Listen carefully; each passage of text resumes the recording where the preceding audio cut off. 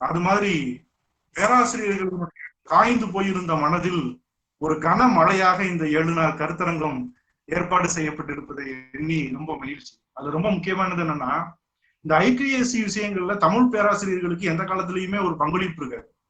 அவங்க வருவாங்க, ஒரு ஓரத்துல உட்கார வச்சிருப்பாங்க, அப்புறமா இங்கிலீஷ்லயே பேசுவாங்க, போயிடுவாங்க. ஆனா இந்த கருத்தரங்கத்தில் தமிழ் பேராசிரியர்களுக்கு இருக்கின்ற முக்கியத்துவத்தை உணர்ந்து ஒரு 2 செஷன் தமிழ் பேராசிரியர்களுக்கு கொடுத்திருக்காங்கிறத நினைக்கும் போது தமிழ் பேராசிரியர்களுடைய சார்பாக என்னுடைய அன்பான நன்றியை தெரிவித்துக் கொள்கிறேன். ஊரு அடங்கி இருக்குது, உலகமே அடங்கி இருக்குது.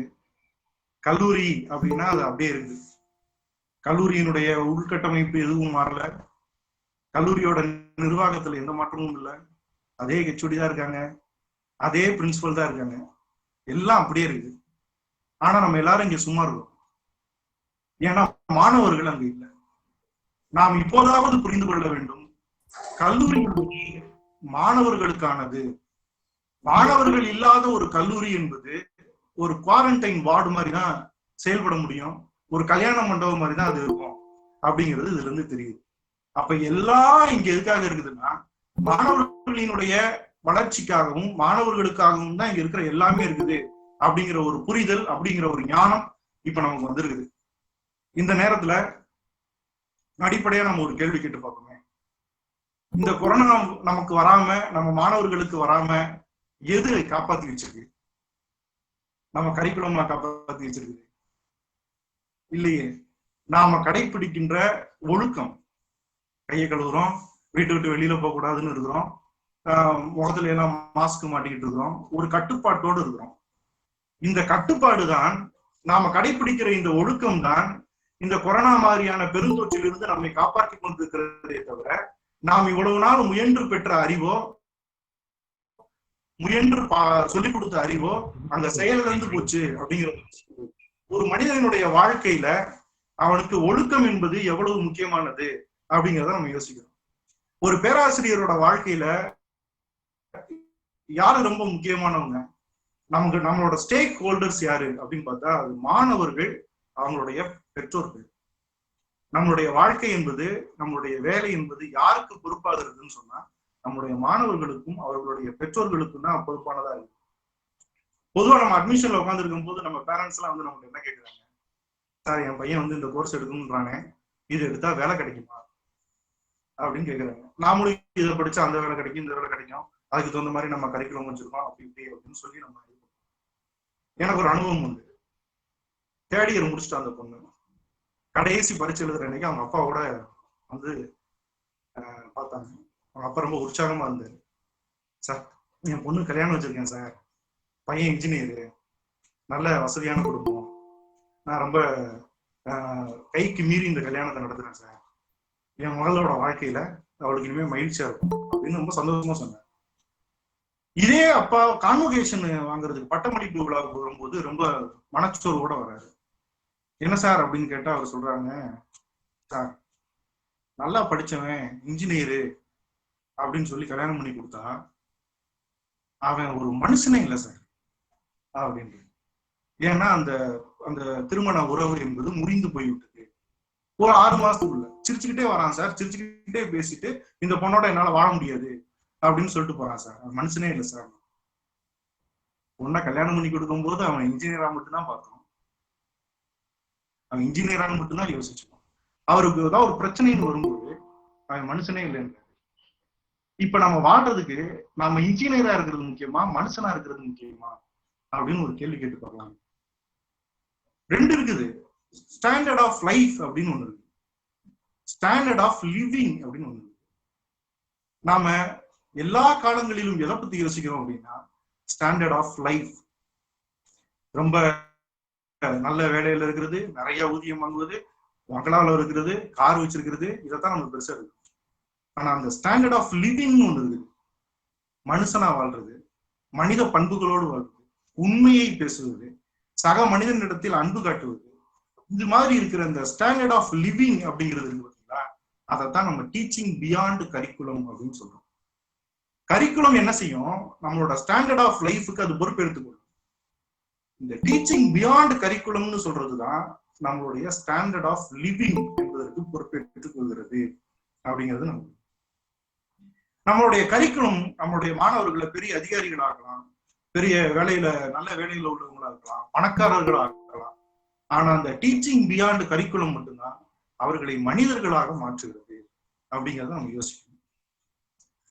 பொதுவா இந்த மாணவர்களை பொறுத்தவரை அவர்களுக்கு நம்ம கத்துக் கொடுக்குற விஷயம் எதுவா இருக்குது, நம்ம வகுப்புல போய் பாடம் நடத்துறோம் இல்லையா, அது அவங்க வாழ்க்கையில எந்த மாதிரியான தாக்கத்தை ஏற்படுத்துகிறது அப்படின்னு பார்த்தா அவங்க தமிழ் என்ன சொல்லுது தெரியுமா?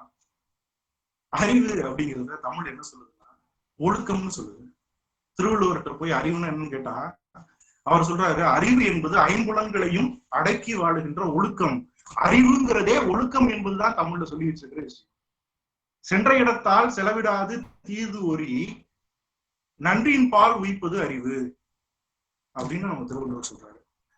இப்போ நம்ம ஐம்புலன்கள் இருக்கு. வெட்டில் பூச்சி எதனால சாடுதுன்னு கேட்டீங்கன்னா அது கண்ணுனால சாடு. எங்க ஒளி இருக்கோ அங்கெல்லாம் தேடி போவோம்.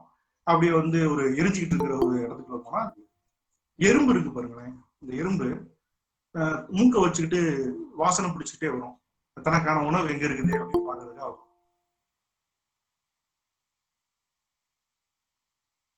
வெட்டில் பூச்சி கண்ணினால் அழிந்து கொள்ளும், அழிகிறது. எறும்பு மூக்குனால அழிகிறது. இந்த மான் இருக்கு பாத்தீங்களா, மான் வேட்டையாடுகிறவர்கள் என்ன செய்வாங்கன்னா ஒரு ஒரு ஒரு இசைக்கருவியும் கொட்டு மாதிரி இருக்கும், அதை போய் காட்டுல டப்பு டப்பு டப்புன்னு அடிப்பாங்க. அப்படி அடிக்கும் போது அது அப்படியே காது கொடுத்து கேட்டுட்டே இருக்கும். காது கொடுத்து அது கேட்டுக்கிட்டு இருக்கிற நேரத்துல போய் அந்த மானை வேட்டையாடிடுவாருங்க அப்படின்னு சொல்றாங்க. அந்த மான் காதினால்தான் அழிந்து போகிறது. தவளை நமக்கே தெரியும், அது வாயினால் அழிந்து போகிற ஒரு ஜீவன். இந்த யானையை பிடிக்கிறது அப்படின்னு ஒரு விஷயம். யானை எப்படி பிடிக்கிறாங்கன்னா, ஒரு யானை இருக்குதுன்னா நடுவில் ஒரு பெரிய பள்ளத்தை தோண்டி அது பள்ளம் தெரியாம இருக்கிற மாதிரி ஒரு வைக்கப்போதெல்லாம் போட்டு எதிர்த்தாப்புல ஒரு பெண் யானையை நிறுத்திடும். இந்த ஆண் யானை என்ன பண்ணும்னா அந்த பெண் யானையை பார்த்துக்கிட்டே வரும்போது அது பள்ளத்தை பார்க்காம பள்ளத்தை கவனிக்காம என்ன செஞ்சிடும்னா உள்ள போய் விழுந்துடும். அப்ப அது உடல் இன்பம் மெய் அப்படிங்கிற ஒரு காரணத்தினால அது இறந்து போகும். வெட்டில் பூச்சி கண்ணினால் அழிகிறது, எறும்பு மூக்கினால் அழிகிறது, மான் காதினால் அழிகிறது, தவளை வாயினால் அழிகிறது, யானை உடல் இன்பத்தால் அழிகிறது. மனிதன் என்பவன் இந்த ஐம்புலன்களாலும் அழிவை தேடிக்கொள்கின்றவனாக இருக்கிறார். அதனாலதான் நம்ம கண்களால் ஒழுக்கமா இருக்கணும். தீயவற்றை பார்க்காதே, தீயவற்றை கேட்காதே, தீயவற்றை பேசாதே அப்படிங்கிற மாதிரிலாம் விஷயங்களை நம்ம சொல்றோம். அப்ப ஐம்புலன்களையும் அடக்குகின்ற அந்த ஒழுக்கத்தை நாம கத்துக் கொடுக்கிறது அப்படிங்கிறது மட்டும்தான் இந்த டீச்சிங் பியாண்ட் கரிக்குலமாக இருக்க முடியும். இப்ப நம்ம இருக்கோம், நம்ம வீட்டுல நிறைய பணம் இருக்குது, நகை இருக்குது, வெளியூருக்கு போக வேண்டிய ஒரு சூழல் இருக்கு. நம்ம ஒரு பாதுகாப்புக்காக ஒரு நாய் வளர்க்குறோம். அந்த நாயை சேஃப்டிக்காக விட்டுட்டு நல்லா பெரிய கூட்டம் போட்டுக்கிட்டு நம்ம போறோம். திருடை வரோம். திருடன் அந்த நாய்க்கு அதுக்கு பிடிச்ச பிஸ்கெட்டை போட்டு கரெக்ட் பண்ணிருக்கு. பூட்டை உடைக்கிறதுங்கிறதுக்கு பல டெக்னாலஜியை திருடர்கள் தெரிஞ்சு வச்சிருப்பாங்க. நம்ம திண்டுக்கல் பூட்டு போட்டா அவன் சைனா சவியை வச்சு ஈஸியா திறந்துருப்பான். திறந்து அவன் போறான், உள்ள போறான். உள்ள போய் இருக்கிற எல்லா பொருள்களையும் எடுத்து மூட்டையா கட்டி வந்த பாதையிலே போகக்கூடாதுன்னு சொல்லிட்டு பின்வாசல் வழியாக என்ன செய்யறாங்கன்னா ஏறி குதிச்சு வெளியே வைப்பான். அப்படி அந்த சோத்துல ஏறி குதிக்கும் போது ஒருத்தர் பார்த்துட்டாரு. பார்த்துட்டு திருடன் திருடன் திருடன்னு கத்துறாரு. எல்லாரும் அந்த பகுதியில இருந்த மக்கள் என்ன பண்றாங்கன்னா வேகமா ஓடி அவனை பிடிச்சு அவன்கிட்ட இருந்து அந்த பணத்தையும் நகையவும் மீட்டு விடுகிறாரு. இந்த இடத்துல நம்ம ஒரு கேள்வி கேட்கணும். இந்த பணமும் நகையும் திரும்ப கிடைக்கிறதுக்கு எது காரணமா இருந்தது? நம்ம வளர்த்த நாயா? நம்ம போட்டிருந்த பூட்டா? இல்லையே. திருடேன் திருடேன்னு கத்தணும்னு எல்லா மக்களும் கூடி அவனை பிடிச்சாங்க. ஏன் பிடிச்சாங்க?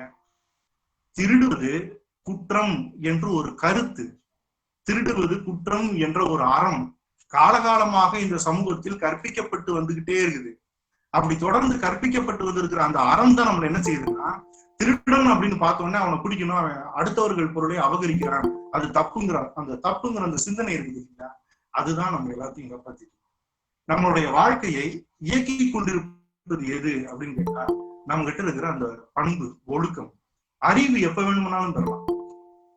நம்ம கல்லூரியில படிக்கும் போது மக்கா கூட இருந்துட்டு எதிர்காலத்துல சில விஷயங்களை நம்ம ஈஸியா கத்துக்கிற முடியும். ஆனால் இந்த ஒழுக்கம், பண்பாடு இதெல்லாம் நம்ம கல்லூரியில மட்டும்தான் கற்றுக்கொள்ள முடியும் அப்படிங்கிறது நம்ம புரிஞ்சுக்கணும். டெக்ஸ்ட் புக்கு அப்படிங்கிறது தான் பல பேராசிரியர்களோட வாழ்க்கையில, அதுதான் அவங்களுக்கு பைபிள், அதுதான் அவங்களுக்கு குரான், அதுதான் அவங்களுக்கு பகவத்கீதை, டெக்ஸ்ட் புக்கோடையே காட்சியளிக்கின்ற பேராசிரியர்கள் நம்ம பார்க்கலாம். அந்த டெக்ஸ்ட் புக்கோட தான் போவாங்க, அந்த டெக்ஸ்ட் புக்கை வச்சுதான் வாசிப்பாங்க, எல்லாமே நடக்கும். டெக்ஸ்ட் புக் மட்டும் காணும்னா நீங்க லீவ் தான் போடணும், வேற வழியே இல்லை. அப்படி ஒரு சூழல் வந்துருக்கு. இந்த டெக்ஸ்ட் புக் எல்லாவற்றுக்குமான சர்வலோக நிவாரணியா இருந்துட முடியுமா? நம்ம 1ஆவது வகுப்புல இருந்து 12ஆவது வகுப்பு வரைக்கும் இந்த டெக்ஸ்ட் புக்ல பக்கத்துல தீண்டாமை ஒரு பாவச் செயல், தீண்டாமை ஒரு பெருங்குற்றம், அது ஒரு மனிதத்தன்மை ஏற்ற செயல்னு எழுதியிருக்காங்க. எந்த ஆசிரியர்களும் பாடத்தை அதுல இருந்து தொடங்கியிருக்காங்களா? இந்த டெக்ஸ்ட் புக்கே பெருசா நினைக்கக்கூடியவங்க கூட பாடத்தை அங்கிருந்து தொடங்குறது இல்லை. ஒருவேளை அப்படி தொடங்கி கற்றுக் கொடுத்திருந்தோமே ஆனால், இன்னைக்கு நம்ம கொரோனா காலங்கள்ல ஒரு செய்தி வருது, தாழ்த்தப்பட்ட சமூகத்தை சேர்ந்த ஒரு ஆயா சத்துணவுல வேலை பார்க்கறாங்க.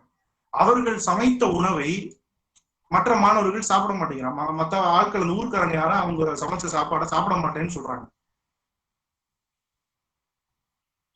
இப்ப சாப்பாடுங்கிறது, பசிங்கிறது, இது எல்லாத்தையும் தாண்டி சமைச்சவங்களோட சாதி முன்னால நிக்குதுன்னு சொன்னா, இத்தனை ஆண்டு காலமாக இந்த தீண்டாமை ஒரு பாவச் செயல் அப்படி இப்படின்னு டெக்ஸ்ட் புக்ல இருந்ததுனால என்ன மாற்றங்கள் இந்த சமூகத்துல நடந்துச்சு? இன்னைக்கு பாத்தீங்கன்னா தூய்மை பணியாளர்கள் எல்லாரும் என்ன பண்றாங்கன்னா, அவர்களுடைய பாதங்களை எல்லாம் கழுவி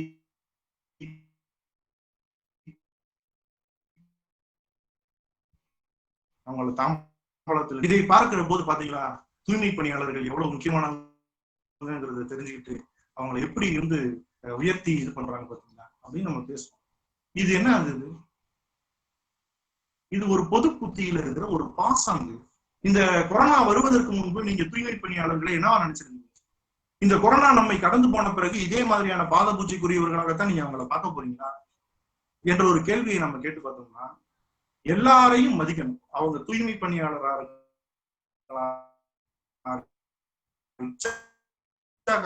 அவங்க செய்யற வேலையை வச்சு அவங்க மதிக்கக்கூடாது.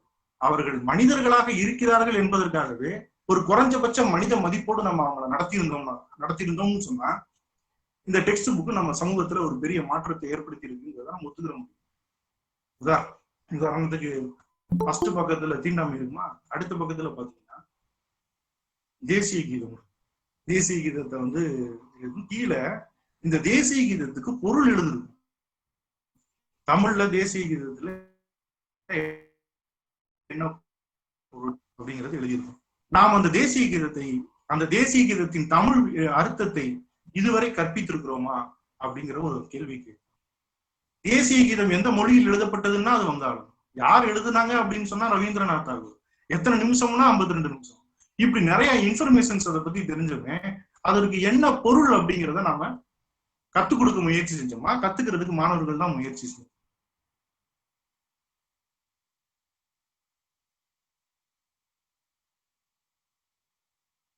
சுமந்திருக்கிறது பல்வேறு வண்ணங்களை சுமந்திருப்பதுதான் மயிலுக்கு அழகு. அதே மாதிரி பல்வேறு மொழிகளை, பல்வேறு பண்பாட்டை, பல்வேறு கலாச்சாரத்தை சுமந்திருக்கிற இந்தியாவை தன்னுடைய உடலால் பிரதிபலிக்கின்ற பறவையாக மயில் இருக்கிறது. அதனாலதான்டா மயில் இந்தியாவின் தேசிய பறவை அப்படின்னு நம்ம சொல்லி கொடுத்திருந்தோம்னா, இந்த மயில் என்பது முருகப்பெருமானினுடைய வாகனம் என்பதை தாண்டி ஒரு பெரிய மதிப்பை பெற்றிருக்கிறார். உண்மையிலேயே தேசிய பறவையாக மயிலை சொல்வதற்கு பாரியே புலியை சொல்றதுக்கும் ஆலமரத்தை சொல்றதுக்கும் ஒரு கட்டாயம் ஒரு காரணம் இருக்கிறது. ஆனா நம்மளுடைய நம்ம வச்சிருக்கிற கரிக்குலம் என்பது எந்த அளவுக்கு குறைபாடுடையதுங்கிறத நம்ம புரிஞ்சுக்கணும். அப்பதானே டீச்சிங் பியாண்ட் கரிக்குலத்தை பத்தி பேசணும். அதற்காக நம்ம அதை பேசிட்டு இருக்கோம். அப்போ ஒரு டீப்பான நாலேஜை நம்ம கரிக்குலம் கொடுத்துற முடியாது. வங்காள விரிகுடா பார்த்திருக்கேன்னு கேட்டா எனக்கு தெரியாதுன்றவங்க. மெரினா பீச்சுக்கு போயிருக்கேன்னா தெரியுன்றோம். நான் போயிருக்கேன், மெரினா பீச்சுக்கு போயிருக்கேன். மெரினா பீச் தான் வங்காள விரிகுடாங்கிறது தெரியல அப்படின்னு சொன்னா நம்மளுடைய கல்வி எப்படிப்பட்டதா இருக்கு? தேசிய கல்வி நம்ம வழங்கியிருக்கோம். தேசிய கல்வி அப்படின்னு சொல்லி ஒண்ணு இருக்குது. அது நம்ம கரிக்குலத்துல எங்கேயாவது இடம் பெற்றிருக்கிறதா? நம்ம இந்தியன்னு சொல்றோம். எல்லா விண்ணப்பங்கள்லயும் நேஷனாலிட்டிங்கிறதுக்கு நேரம் இந்தியன் எழுதுறோமே. அந்த இந்தியன் எழுதும் போது நம்ம இந்தியாவை பத்தி தெரிஞ்சு வச்சிருக்கிற விஷயங்கள் என்ன? இந்தியாவினுடைய வரலாறை நம்ம தெரிஞ்சு வச்சிருக்கோமா? இந்தியாவினுடைய சுதந்திர போராட்ட வரலாறு எல்லாம் நமக்கு தெரியுமா? அது விண்ணப்பத்துல ஒரு கேள்வியா மட்டுமே கடந்து போயிட முடியாது. நீங்க ஜப்பான்ல பாத்தீங்கன்னா 8வது வகுப்பு படிச்சு முடிச்ச உடனே எல்லா மாணவர்களையுமே ஹிரோஷிமா நாகசாகி கூட்டிட்டு போறாங்க. ஹிரோஷிமா நாகசாகியில போய் எல்லாரையும் வரிசையா நிக்க வச்சு அங்க இருக்கிற ஆசிரியர் பேசுகிறார். அமெரிக்கா ஒரு அணு ஆயுதத்தால் தயாரிக்கப்பட்ட ஒரு குண்டை இந்த ஹிரோஷிமா நாகசாகியில போட்டு இந்த இடத்தை இப்படி ஆக்கிருச்சு. அந்த நிலைமையில இருந்துதான் நம்முடைய ஜப்பான் என்கிற தேசம் இந்த அளவுக்கு உயர்ந்து எழுந்து வந்திருக்கிறது.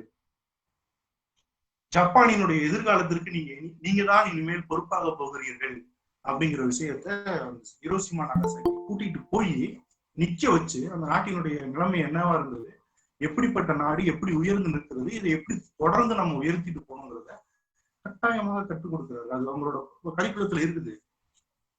நியாயமா நம்மளுடைய கரிக்குலத்துல ஜாலியன் வாலாபாக்கு கட்டாயமாக மாணவர்களை அழைத்து செல்ல வேண்டும்னு இருந்திருக்கணும்ல. இது சரியாக இருந்துச்சுன்னா ஏன் ஜாலியன் வாலாபாக் இந்தியாவினுடைய சுதந்திர போராட்டத்தை வரலாற நம்ம ஜாலியன் வாலாபாக்குங்கிற இடத்துல கொண்டு போய் நிப்பாட்டி வச்சு சொல்லி கொடுத்துருக்கோமே, ஏன் நம்ம அதை செய்யாம விட்டுட்டோம்? யார் அந்த படுகொலையை நிகழ்த்தினார்னு கேளுங்களேன், ஒரு கேள்வி கேளுங்களேன். நம்ம மாணவர்கள் சரியான ஒரு பதில் சொல்லுவாங்க. ஜெனரல் ஓ டயர். ஜெனரல்ன்றது அவர் வகித்த பதவி, ஓங்கிறது அவரோட இன்சியல், டயருங்கிறது அவர் பேரு. அவர் வகித்த பதவி, அவர் வகித்த அவரோட இன்சியல், அவரோட பேரு, இது எல்லாத்தையும் சேர்த்து சொல்றதுக்கு கத்துக் கொடுத்த நம்முடைய கல்வி ஜாலியன் வாலாபாக்ல இருந்து ஒரு அந்த நிகழ்ச்சியிலிருந்து பாதிக்கப்பட்டு ஒரு பெரிய சுதந்திர போராட்ட வீரன் உருவானான். அவன் பேர் உத்தம் சிங். அந்த உத்தம் சிங்கை பத்தி கேளுங்க. உத்தம் சிங் யாரு அப்படின்னு கேட்டா நம்ம யாருக்கும் கத்துக் கொடுக்குறோம், நான் கத்துக் கொடுக்கல. இந்த உத்தம் சிங் இத்தனை மக்கள் சாகிறதுக்கு காரணமா இருந்த ஒருத்தனை இங்கிலாந்துல கூட்டு போய் அவனுக்கு பதவி உயர்வு கொடுத்து பத்திரம் வச்சிருந்தது அந்த நாட்டு அரசாங்கம். இத்தனை பேரை கொண்டுட்டு அவன் நல்லா இருக்கிறானேங்கிறத பொறுத்துக்க முடியாம இங்க இருந்து பல போராட்டங்களை கடந்து அவன் இங்கிலாந்துக்கு போய் அந்த ஜெனரல் டயரை சுட்டு கொண்டு விட்டு தானும் தன்னைத்தானே துப்பாக்கியால சுட்டுட்டு செத்து போறான். அங்கிருந்து இங்க ஒருத்தன் கொலை செஞ்சுட்டு போனான். அதை பழி வாங்குறதுக்காக இங்க இருந்து ஒருத்தன் அங்க போறான். அவன் என்ன சொல்றான்னா, தயவு செஞ்சு என்னுடைய உடலை ஐரோப்பாவிலேயே புதைச்சிருங்க, லண்டன்லயே புதைச்சிருங்கிறான். என்ன தயவு செய்து இந்தியாவுக்கு அனுப்பிடாதீங்க அப்படிங்கிற. ஏன் அப்படின்னு கேட்டா, இங்கிலாந்திலிருந்து எத்தனையோ பேரு புறப்பட்டு என் இந்திய மண்ணை ஆக்கிரமித்தார்கள். ஆனா அங்கிருந்து ஒருத்தன் புறப்பட்டு 6 அடி நிலத்தை இந்த லண்டனில் ஆக்கிரமித்தான் என்று வரலாறு எழுதட்டும். இப்படிப்பட்ட ஒரு உத்தம் சிங்கை பத்தி நம்ம கத்துக் கொடுத்துருக்கோமா? தேசிய கல்வியை வழங்காத நாடு விஸ்தாரமான சுடுகாடு என்று பாரதியார் தன்னுடைய கட்டுரையில் எழுதுகிறார். இப்ப நாட்டுப்பற்று அப்படின்னு சொல்றது எப்படி வரும்? ஒரு மோசமான பெருந்தொற்றுல நம்ம மாட்டிட்டு முடிக்கிறோம். இந்தியா இந்த உயிர்களை காப்பாற்றணும், அப்ப இந்த இதெல்லாம் செய்யணும், இந்த நடைமுறைகள் எல்லாம் நீங்க பின்பற்றணும்னு சொன்னா அதை பின்பற்றாம நிறைய பேர் அவங்ககிட்ட அலைஞ்சு திரிஞ்சு கட்டுப்படுத்த முடியல. சிங்கப்பூர் என்கிற ஒரு தேசம் உயர்ந்து நிற்பதற்கு எது காரணம்னு கேட்டீங்கன்னா, அங்க இருக்கிற மக்களுக்கு ஒரு விஷயம் சொல்லப்பட்டிருக்கு. நமக்கு அவசர தேவை என்னன்னா அதிகமான சுதந்திரம் கிடையாதுன்னா அதிகமான கட்டுப்பாடு. அதனாலதான் லீ குவான் யூங்கிற அந்த தலைவருக்கு பின்னாடி கட்டுப்பாடோடு அந்த நாட்டு மக்கள் எல்லாம் திரண்டார்கள். அதனால இன்னைக்கு அந்த நாடு உயர்ந்த நாடாக மாறி இருக்குது. நமக்கு இன்னைக்கு அவசர தேவையில்லை, அதிகமான சுதந்திரம் கிடையாது, குறைஞ்சபட்ச ஒழுக்கம். இந்த ஒழுக்கத்தை நம்ம எங்க போய் கத்துக்கிறோம்? நம்மளையே கேட்டு பார்க்கலாம் ஒரு கேள்வி. நாம வச்சுக்கிற கரிக்குலம் படிச்சு ஒருத்தன் குறைஞ்சபட்சம் ஒரு விஏஓ எக்ஸாம்ல பாஸ் பண்ண முடியுமா? கேள்வி கேட்கணும். ஒரு விஏஓ எக்ஸாம்ல கூட பாஸ் பண்ண முடியாத ஒரு கரிக்குலத்தை வச்சுக்கிட்டு இதுதான் சகலமும் ஆனது, இதை கற்றுக் கொடுப்பதில் மட்டும்தான் எல்லாமே இருக்குது அப்படின்னு நாம அந்த கரிக்குலத்துக்கு பின்னாடி கரிக்குலத்திட்ட நம்ம ஒப்பு கொடுத்துக்கிட்டு பின்னாடியே ஓடிட்டு இருந்தோம்னா எதிர்காலத்தினுடைய மாணவ சமூகம் நம்மை மன்னிக்குமா? பொதுவா நம்ம கரிக்குலம்ங்கிறது எப்படி டிசைன் பண்ணுவோம் நமக்கு தெரியும்ல, உண்மை நமக்குள்ள பேசும்போது தெரியும்ல. இப்ப இந்த கொரோனா காலத்துல வீட்டுல இருக்கிற எல்லாரும் என்ன செய்யணும்னா அந்த பூரி போடுவாங்க. பூரி போடுறதுன்னா என்ன செய்யணும், ஏற்கனவே அரைச்சமாவே உடைச்சு உருட்டி அந்த உருண்டை எடுத்து நடுவுல வச்சு, பழமை என்கிற கல்வியினுடைய நடுவுல வச்சு, அதை வந்து இந்த 5 யூனிட்ங்கிறதுக்காக அளவுல 5 யூனிட் அளவுல அதை நல்லா தேய்ச்சு, அப்புறம் இந்த டெக்ஸ்ட் புக்கு, ரெஃபரன்ஸ் புக்குங்கிற மாதிரியான உடர்ந்த மாவை தூவி, அப்படியே வந்து அந்த ஓபிஇங்கிற எண்ணெயில போட்டு, அவுட்கம் பேஸ்ட் எஜுகேஷன், அந்த ஓபிஇ அப்படிங்கிற அந்த எண்ணெயில போட்டு அப்படியே போட்டா அது நல்லா பொஃப்னு வருது. எடுத்து தட்டுல போட்டீங்கன்னா அந்த பூரிக்குள்ள இருக்கிற காத்தெல்லாம் பொஸ்ஸுன்னு போயிடும். அது மாதிரிதான் நாம இந்த கரிக்குலம்ங்கிறத ஒரு பூரி போடுற மாதிரி செய்யணும். இதான் நடந்துட்டு இருக்கு. இனிமே நம்ம பூரி போடும் போதெல்லாம் நம்ம போட்ட கரிக்குலம் ஞாபகத்துக்கு வரும். அது வந்து அவ்வளவு முயற்சி எடுத்து எதிர்கால மாணவர்களினுடைய அறிவை தீர்மானிக்கக்கூடிய ஒரு வேலை அது அப்படிங்கிற ஒரு உணர்ச்சியோடையும் எல்லாரும் செய்யணுமா, அதுதான் நம்ம. இன்னொன்னு கேட்போமே, இந்த யூஜிசி பரீட்சையில நெட்டு தேர்வுல தகுதி பெற்றா மட்டும்தான் நம்ம வாத்தியாரா இருக்க முடியும்னு சொல்லி வச்சிருக்காங்க இல்லைங்களா? நெட்ல ஃபர்ஸ்ட் பேப்பர்ல நாம வந்து பாஸ் ஆனா மட்டும்தான் செகண்ட் பேப்பர் தேர்ட் பேப்பர்லாம் திருத்து வரலாமா?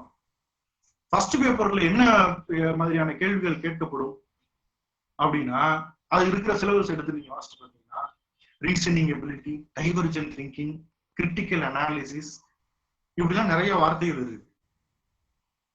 நம்ம ரீசனிங் எபிலிட்டியை இந்த மாணவர்களுக்கு சொல்லி கொடுத்துருக்கோமா? நம்ம கரிக்குலம்ல ரீசனிங் எபிலிட்டி இருக்கா? டைவர்ஜென்ட் திங்கிங் இருக்கா? அப்ப எதுவுமே இந்த சிலபஸ்ல இதை கத்துக் கொடுக்கறதுக்கு நம்ம எந்த வாய்ப்பையுமே உருவாக்காம நெட் என் பையன் பாஸ் ஆகணும்னா எப்படி பாஸ் ஆகுது? எப்படி இந்த டைவர்ஜென்ட் திங்கிங்கை கத்துக் கொடுக்கறது, எப்படி ரீசனிங் எபிலிட்டியை கத்துக் கொடுக்கறதுன்னா அது நம்மளுடைய கற்றல் முறையில இருக்குல்ல, கற்பித்தல் முறை இருக்கு பாத்தீங்களா? அந்த கற்பித்தல் முறையில டீச்சிங் பியாண்ட் கரிக்குலம்ங்கிற விஷயத்த மனசுல வச்சுக்கிட்டு செஞ்சோம்னா நிச்சயமா அதை நம்ம சாதிச்சு காட்டிட முடியும். ரொம்ப வசதியானதுங்க. ஒரு கரிக்குலம், அதுக்கான டெக்ஸ்ட் புக்கு, அந்த டெக்ஸ்ட் புக்ல என்ன இருந்ததோ அதை அந்த யூனிட் வைஸா ப்ரிப்பேர் பண்றது, நல்லா நோட்ஸ் எடுத்து வச்சுக்கிறது, நீட்டா அதை தூக்கிட்டு போக வேண்டியது, கிளாஸ்ல சொல்லிடுறது. இது ரொம்ப கம்ஃபர்ட்டா இருக்கு, எந்த பிரச்சனையுமே இல்லை. அதிகபட்சம் நமக்கு ஹெச்ஓடிஸ் நம்மகிட்ட என்ன கேட்டுற போறாங்க, சிலபஸ் முடிச்சிட்டீங்களா? முடிச்சிட்டேன் சார். அடிச்சு வச்சிட்டீங்களா? வச்சிட்டேன் சார். இப்படி எல்லா காலத்திலயுமே நம்ம வந்து அந்த சிலபஸ் டெக்ஸ்ட் புக் அப்படிங்கிறதுலயே போயிட்டு இருக்கோம். இது நமக்கு கம்ஃபர்ட்டா இருக்குது. நன்கு நங்கூரமிட்டு கடற்கரையில் நிறுத்தி வைக்கப்பட்டிருக்கிற கப்பல், நன்கு நங்கூரமிட்டு கடற்கரையில் நிறுத்தி வைக்கப்பட்டிருக்கின்ற கப்பல் பாதுகாப்பானதுதான்.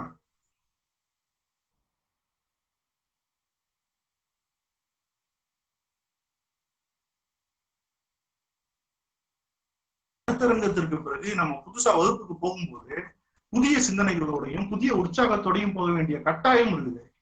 அப்படி ஒரு கட்டாயத்தை ஏற்படுத்துறதுதான் இந்த கருத்தரங்கத்தின் நோக்கமாகவும் இருக்குது. அதான் அதோட அவுட்கமா இருக்கு. யூஜிசிலேயே ஒரு ஃபர்ஸ்ட் பேப்பர்ல ஒரு கேள்வி எனக்கு ஞாபகம் இருக்குது. ஒரு கேள்வி கேட்டிருக்காங்க. ஒரு ஸ்டூடெண்ட் சாயந்தரம் 7 மணிக்கு இருக்கும். சாயந்தரம் 7 மணிக்கு ஒரு வாடி போன முகத்தோட உங்க வீட்டுக்கு வரான். ஒரு ஸ்டூடெண்ட் 7 மணிக்கு வாடி போன முகத்தோட உங்க வீட்டுக்கு வரான். நீங்க அவனை எப்படி எதிர்கொள்வீங்க? நீங்க அவனை எப்படி டீல் பண்ணுவீங்க? ஆப்ஷன் ஏ, அவனை பார்த்த உடனே என்னடா எது வந்தாலும் காலேஜ்ல பேசிக்கோ அப்படின்னு சொல்லிடுவீங்களா? இல்ல என்னப்பா அப்படின்னு கேட்டு, இல்ல மேடம் ஒரு சின்ன ப்ராப்ளம் அப்படின்னு சொல்றாங்கன்னா, சரி சரி நீ எதுவா இருந்தாலும் உங்க அப்பாட்ட சொல்லிட்டு உங்க அப்பா வந்து என்னை பார்க்க சொல்லு அப்படின்னு சொல்லிடுவீங்களா? மூணாவது, என்ன பிரச்சனைன்னு கேட்டுட்டு சரி போ நான் பாத்துக்கிறேன்னு சொல்லி அனுப்பிடுவீங்களா? நாலாவது, அவன் பிரச்சனையை கேட்டு அவனுக்கு நீங்க தீர்வு சொல்லுவீங்களா? சொல்ல போனா இந்த 4 ஆன்சருமே சரிதான். உண்மைதானே? எல்லா நேரமும் நம்ம ப்ரொஃபஸரா இருக்க முடியாது. வீட்டுல நம்ம வேற ஒரு ரோல் பிளே பண்ணிக்கிட்டு இருக்கும்போது ஒரு மாணவன் ஒரு பிரச்சனைன்னு வரும்போது அதை அவன் ஒருவேளை நம்ம அவன்கிட்ட கேட்டாலுமே அவனுக்கு சரியான தீர்வு கொடுக்குற மனநிலையோட நம்ம இருக்க மாட்டோம். அப்ப முடியாது அப்படின்னு சொல்றதுல எந்த கஷ்டமும் இல்லையே.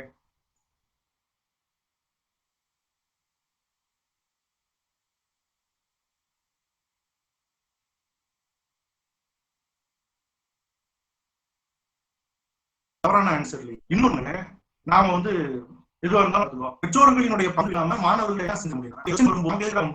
இது அவங்க அப்பா ஏதாவது பிரச்சனை, அது நம்மளால பிரச்சனை வரட்டும் அப்படின்னு, இது என்ன தப்பு இருக்கு? ரெண்டாவது கேள்வி ஆப்ஷன் சரிதானே. மூணாவது, என்ன பிரச்சனை சொல்லு, வந்துட்ட வந்த விஷயத்த சொல்லு அப்படின்னு நம்ம பேசுறது, கேட்கறது நியாயம் தானே. வந்தா கேட்டோம்,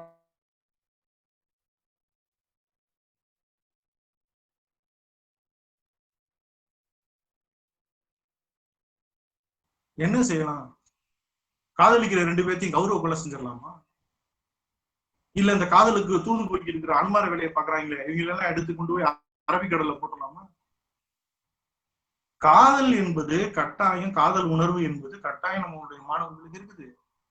அதை நம்ம ஒண்ணும் தடுக்க முடியாது. யாரும் காதல் வர்றத தடுக்க முடியாது. இதை நம்ம பக்குவமா கையாள்வதுதான் நம்ம கிட்ட இருக்கிற சவால்.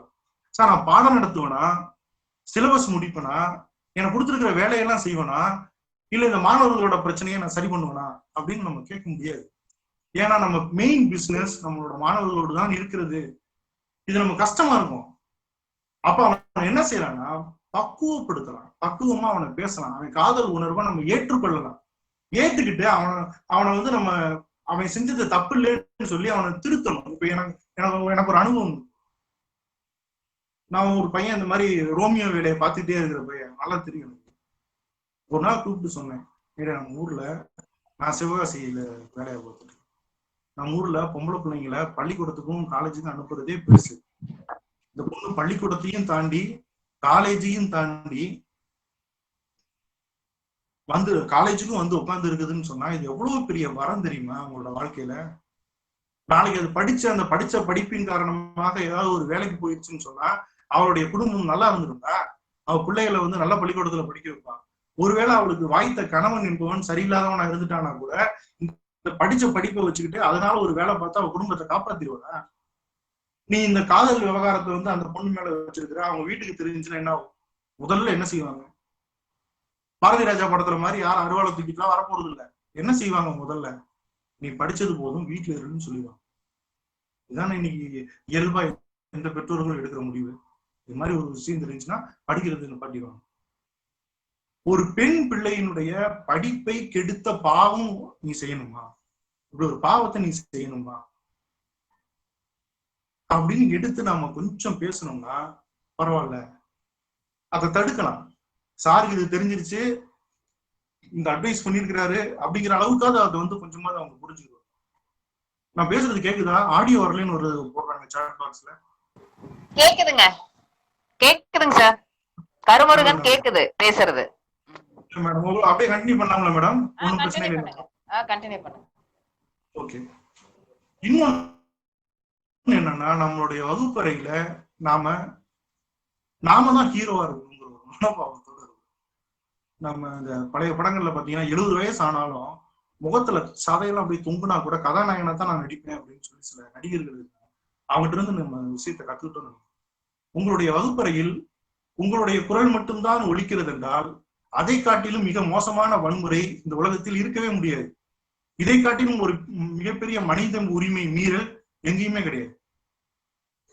நம்ம வகுப்புக்கு முதல்ல சிரிச்ச முகத்தோட உற்சாகத்தோட உள்ள நுழைகிறோம் என்றால் அவங்க வந்து நம்ம வந்திருக்கோம் அப்படிங்கிறத சந்தோஷமாக எதிர்கொள்ள வேண்டும். வந்து தொலைஞ்சிட்டாரா அப்படின்னு நினைச்சிட்டா அந்த 1 மணி நேரம் போச்சு. மாணவர்கள் 1 மணி நேரம் உங்க கிளாஸ்ல உட்கார்ந்துருக்காங்க நீங்க நினைக்க வேண்டாம். அவர்கள் வாழ்நாளில் 1 மணி நேரத்தை உங்கள் வகுப்புக்கு செலவு செய்கிறார்கள். நான் வந்து 1 மணி நேரம் பேசுறேன், பேசி முடிச்சுட்டு மொக்கையா இருந்துச்சு என் பேச்சுன்னு வச்சுக்கோங்க, ஒரு பிரயோஜனம் இல்லாட்டினா நீங்க சொன்னதை மேடத்திட்ட சொல்லுவீங்களா?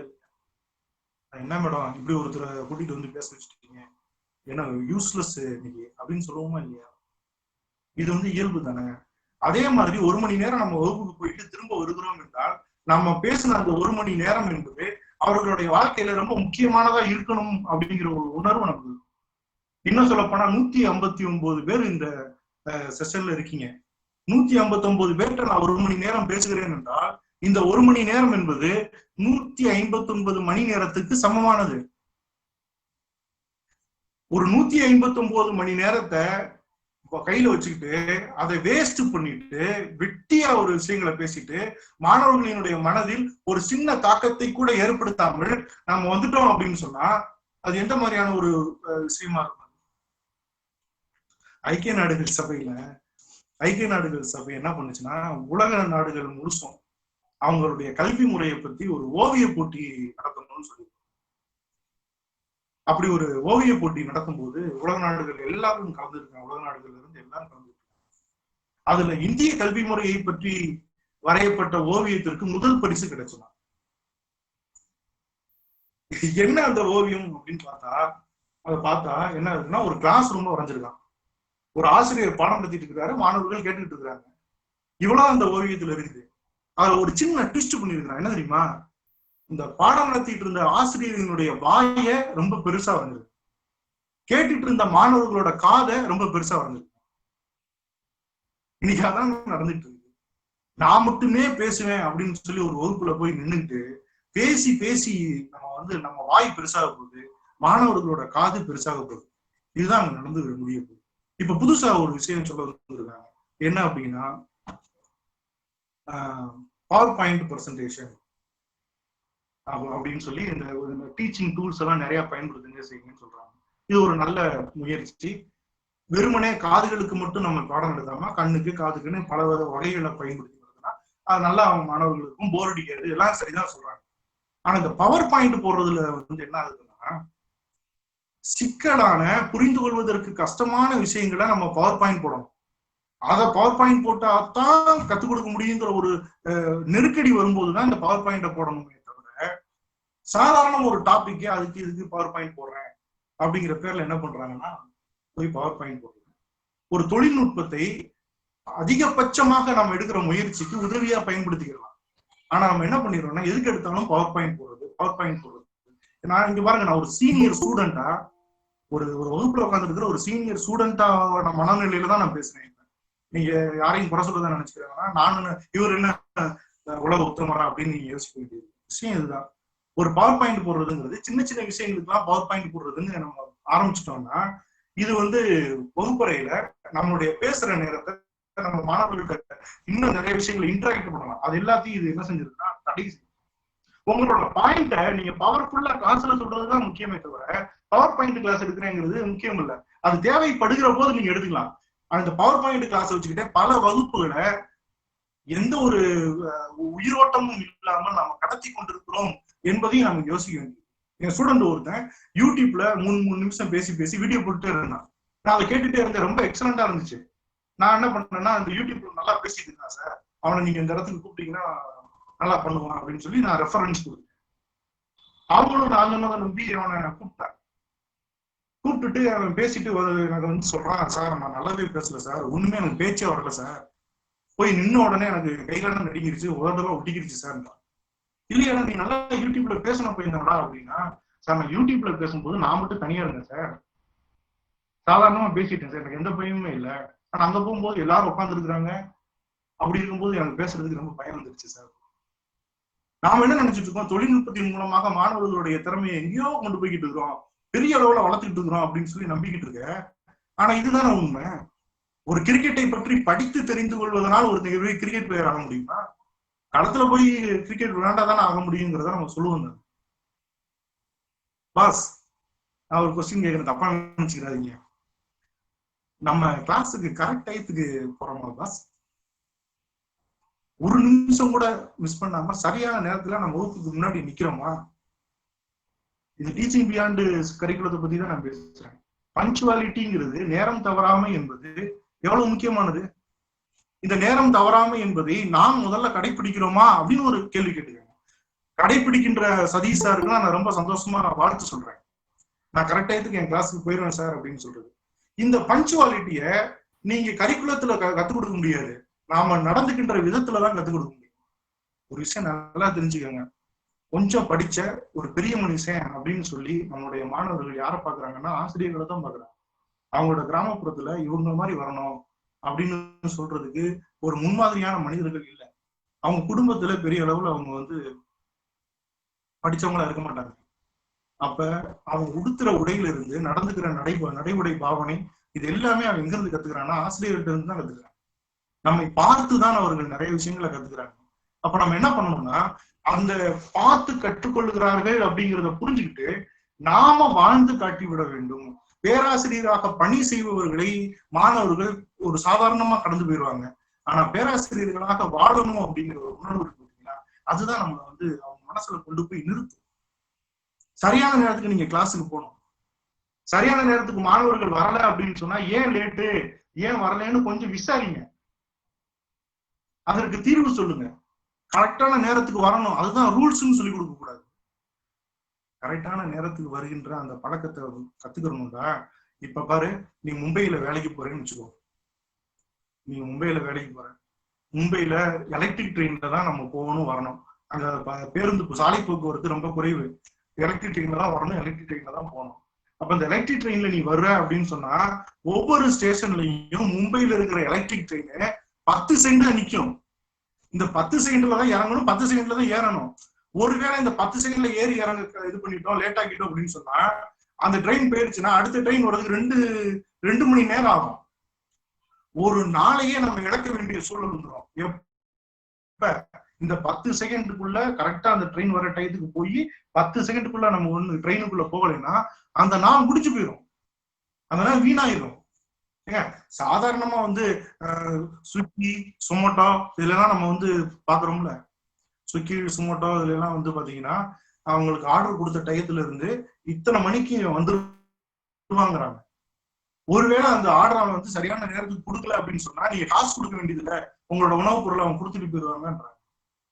வெறும் 10,000 ரூபாய் சம்பளம் தான். 10,000 ரூபாய் சம்பளத்துக்கு நம்ம மாணவர்களே வச்சுக்கோங்க, வெறும் கரிக்குலத்தை மட்டுமே நம்பி இருக்கிற மாணவர்கள் இந்த ஸ்விக்கி, சொமோட்டோல தான் வேலைக்கு போக முடியும் பெரும்பாலும். அப்படி போறாங்கன்னா அந்த இடத்துல கூட சரியான நேரத்தை கடைபிடித்தால் மட்டும்தான் அவங்க வாழ முடியும் அப்படிங்கிற ஒரு நிலைமை இருக்குதுங்கிறத நம்ம பிள்ளைகளுக்கு கொஞ்சம் சொல்லிக் கொடுக்கலாம். இது அந்த மாணவர்களுக்கு நம்ம சொல்லிக் கொடுக்கலாம். அப்ப நீ சரியா வர்றது ரொம்ப முக்கியம்டா. நான் ஒரு எல்போர்டா இருக்கும்போது, அதாவது ஃபர்ஸ்ட் வருஷம் பேராசிரியரா இருக்கும்போது ரொம்ப ஸ்ட்ரிக்டான காலேஜ், லேட்டா வந்த ஸ்டூடெண்ட்ஸ் எல்லாம் கிளாஸ்க்குள்ள அனுமதிக்க கூடாது. அப்படி ஒரு சூழல் இருக்கும்போது என்னாச்சுன்னா ஒரு பையன் தினமும் லேட்டா இருக்கும். நம்மளோட கெட்ட நேரம் பாருங்க, எல்லா நாளுமே ஃபர்ஸ்ட் ஹவர் நான் அந்த கிளாஸ் தான் போனோம். எல்லா நாளுமே ஃபர்ஸ்ட் ஹவர் அந்த பையன் லேட்டா தான் வருவான். அவனை வெளியில தான் நிப்பட்டி வச்சிருக்கேன். ஏன்டா லேட்டா வரேன்னு சத்தம் போட்டாலும் கட்டுக்கிற மாட்டான், சிரிச்சுக்கிட்டே நிற்பான். உங்க வீட்டு பிள்ளைய நினைச்சு என்ன உள்ள விடுங்கயா அப்படின்னு கேட்பான். எனக்கு அவன் மேல ரொம்ப கோபம். ஏன்னா இவன் என்னையும் பிரச்சனைக்குள்ள நம்ம உள்ளாக்குறான். எல்லாரும் நான் வெளியே நிறுத்திக்கிட்டு தான் பிரின்சிபல் போகும்போது பாத்துட்டு போறேன். அப்படி ஒரு சூழல் இருக்கும்போது ஒரு நாள் 4 மணிக்கு நான் சிவகாசி பஸ் ஸ்டாண்ட்ல ஒரு மதுரைக்கு போறதுக்காக நிக்கிறேன். அந்த பையன் நிக்கிறான், கையில கட்டிட்டு கையில தலையில தலப்பா போட்டுட்டு பால் வண்டி வச்சுக்கிட்டு நிக்கிறான். என்னடா அப்படின்னா, நான் தான் சார் பால் ஊத்துறேன், அப்பா தான் ஊத்துவாரு, அவர் ஸ்ட்ரோக் வந்துருச்சு சார், ஒரு 3 மாசமா நான் தான் சார் பால் எல்லாம் ஊத்திட்டு வரேன். அப்ப நீ பால் ஊத்திட்டு வர்றதுனாலதான் லேட் ஆகுதாடா காலேஜ்? ஆமா சார். உங்களுக்கு நல்லா தெரியும் என்னடா பிரச்சனை, ஏன் லேட் ஆகுதுன்னா, சார் நான் சரியான நேரத்துக்கு எந்திரிக்கிறேன், சரியான நேரத்துக்கு பால் கறக்குறேன், இப்போ பால் எல்லாம் எடுத்துட்டு நான் சார் வேகமா தான் சார் போறேன். ஆனா பழைய வீட்டுல போய் நான் மணி பெல்ல அடிச்சதுக்கு அப்புறம் தான் சார் எந்திரிக்கிறாங்க, பால் வாங்க வர்றதுக்கு அவங்க லேட் பண்றாங்க சார். நீங்க பால் வண்டியில வச்சிருக்கிற அந்த மணியை தான் அவங்க அலாரமா பயன்படுத்திட்டு இருந்திருக்காங்க, லேட் ஆக்குறாங்க சார், அதனால லேட் ஆகுது. ஆனா சரியான வந்துருவேன் சார் வீட்டுக்கு. ஏன் பிரச்சனை காலேஜுக்கு வர்றது? அந்த பால் பாத்திரத்தெல்லாம் அந்த டின்னெல்லாம் கழுவி வைக்கணும் சார், கேனெல்லாம், ஏன்னா கவுச்சி வாசனை வரும். அதனால அந்த கழுவி வைக்கிறது தான் சார் எனக்கு பிரச்சனையா இருக்குது. அதனாலதான் சார் காலேஜுக்கு தர ஒரு 10 நிமிஷம் லேட்டா வர மாதிரியான ஒரு சூழல் வந்துருது அப்படின்னு நான் சொல்றேன். ஏன்னா இது எதுக்கு முதல்ல சொல்லிருக்கலாம்டா அப்படின்னு கேட்டா, இல்ல சார் சொன்னா நீங்க ஸ்டூடெண்ட் சொல்லிடுவீங்க, அப்புறம் அவங்க எல்லாரும் பால்காரன்னு என்ன கேள்வி பேசுவாங்க சார், அதான் நான் சொல்லலைங்க. ஒருத்தர் லேட்டா வரானா அதுக்கு பின்னாடி ஒரு பெரிய காரணங்கள் இருக்குதுங்கிறத நம்ம அன்னைக்கு தான் நம்ம உணர முடியுது. நீங்க மாணவர்களாக பார்க்கிற வரைக்கும் இதெல்லாம் நமக்கு கண்ணுக்கே படாது. அவங்கள மனுஷங்களா பார்க்கணும். நம்ம வகுப்புல ஃபர்ஸ்ட் ஹவர்ல 40 பேர் உட்கார்ந்து இருக்கிறாங்கன்னா ஒவ்வொரு மாணவர்களுக்கு பின்னாடி ஒரு கதை இருக்குது. அந்த கதையெல்லாம் கேட்டு நம்ம இது பண்றதுக்கு வாய்ப்பு இல்லை. ஆனா இந்த மாதிரியான மனிதர்களுக்கு இப்ப நம்ம என்ன பண்ணலாம், அந்த இடத்துல எந்திரிச்சு வர்றதுக்கு லேட் பண்றாங்கடா, அங்க நீ லேட்டாவே போ, அவங்க எந்திரிச்ச பிறகே போ, அதுக்கு முன்னாடி இந்த தெருவுல போய் பாடுக்கு இப்படி ஒரு சின்ன டிப்ஸ் கொடுத்தோம், அவன் ஓரளவு அதை மேனேஜ் பண்ணிக்கிற முடிஞ்சிச்சு அவனால. அப்ப இந்த ஃபர்ஸ்ட் லேட்டா வரக்கூடாதுங்கிற ஒரு விஷயம் நம்ம இருக்கிறோம். லேட்டா வர வேண்டியது சரியான நேரத்துக்கு வர வேண்டியதோட அர்த்தத்தை நம்ம சொல்லணும். அப்புறம் வந்து அவனுக்கு லேட்டா வர முடியுது, லேட்டா தான் வர முடியுது, சீக்கிரம் வர முடியலன்னா அவனுக்கு நம்ம கொஞ்சம் உதவி செய்யணும். அவருக்கு என்ன செய்யணுமோ செய்யணும். நீங்க ஸ்டூடெண்ட் கிட்ட சொல்லிட்டு லீவ் போட்டுருக்கீங்களா ப்ரொஃபசர்ஸ்? நம்ம ஸ்டூடெண்ட் எனக்கு நடந்து லீவ் லெட்டர் கொடுக்கலன்னா அது ஒரு பெரிய குற்றமா சொல்றான். லீவ் ஏன்டா சொல்லாம லீவ் போட்டேன்னு சொல்லி கேள்வி கேட்கிறான். என்னமோ செய்யறான். ஒரு பையன் முணங்குறான். ஒரு நாள் என்னடா முணங்குறேன்னு விசாரிச்சு பார்த்தா, நாங்கதான் லீவ் போட்டா சொல்லிட்டு போகணும்னு சொல்றீங்க சார், நீங்க அடிக்கடி லீவ் போட்டு போறீங்க, சொல்லிட்டா போறீங்கன்னு கேக்குறான். அந்த மன்னன் படத்துல நாங்கனாலும் உங்கள்கிட்ட சொல்லிட்டு வந்தோம், நீங்க கிட்ட சொல்லிட்டா வந்தீங்கன்னு கேட்கிற கேள்வி அவன் கேட்கறான். இதுக்காக அவனை என்ன செய்வான்? கேட்கறது நியாயம் தானே? இப்ப நான்லாம் இது அதுக்கப்புறம் என்னன்னா, லீவ் போட்டா நாளைக்கு நான் வரமாட்டேன்டா, இந்த காரணத்துக்காக போறேன், அதுக்கப்புறம்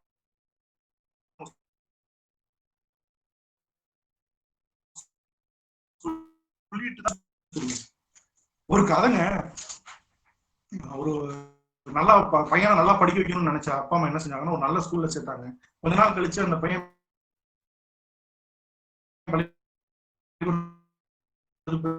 போயிட்டு வந்து அப்படின்னா ஒண்ணு சரி, அதுக்கப்புறம் சொல்ல மாட்டேங்கிறான்.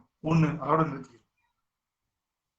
என்னடா இவ்வளவு நாள் பள்ளிக்கூடத்துக்கு போயிட்டு வந்திருக்கு, ஒன்று கூட தெரியல, வாத்தியாட்டம் வந்து ஏன் சார் நீங்க ஒன்று சொல்லி கொடுக்குறீங்களா அப்படின்னு கேட்டப்போ நல்லா சொல்லுவானே, 1ல இருந்து 100 வரைக்கும் நல்லா சொல்லுவானே அப்படின்ட்டு கேட்கிறாரு. 1 அப்படின்றாங்க. ஆசிரியர் அப்படிங்கிறாரு. 2ங்கிறான். திரும்ப ஆசிரியர் அப்படிங்கிறாரு. 3ங்கிறான். இந்த சொல்ல சொல்ல 100 வரைக்கும் வேகமா சொல்லி முடிச்சிட்டான். நீங்க நல்லா யோசிச்சு பாருங்க. இந்த அப்படிங்கிறது அவனுடைய முயற்சிக்கு அந்த ஆசிரியர் கொடுத்த அங்கீகாரம். அந்த அங்கீகாரம் என்ன செய்யுதுன்னா அவனை வேக வேகமா வந்து இது பண்ணு. இப்ப நான் பேசி முடிச்சிட்டேன்னு வச்சுக்கோங்களேன், எல்லாம் முடிஞ்சிருச்சு, போய் சொன்னலதா மேடத்துல என்ன கேட்பேன், மேடம் நான் நல்லா பேசுவேன், நீங்க என்ன எதிர்பார்த்தீங்களோ அதை நான் சொன்னேனா அப்படின்னு கேட்பேன். இல்லைங்க, இவ்வளவு படிச்சு நான் நல்லா பேச முடியுங்கிற ஒரு இது இருக்கும்போது கூட, அந்த திறமை இருக்கும்போது கூட, நான் நல்லா பேசணும்னாங்கிற ஒரு அங்கீகாரத்தை இன்னொருத்தங்கிட்ட இருந்து பெறுவதற்கு என்னுடைய வயதில் இருக்கின்றவர்களே, என்னுடைய நிலையில் இருக்கின்றவர்களே வந்து பாராட்டுறாங்க, எதிர்பார்க்க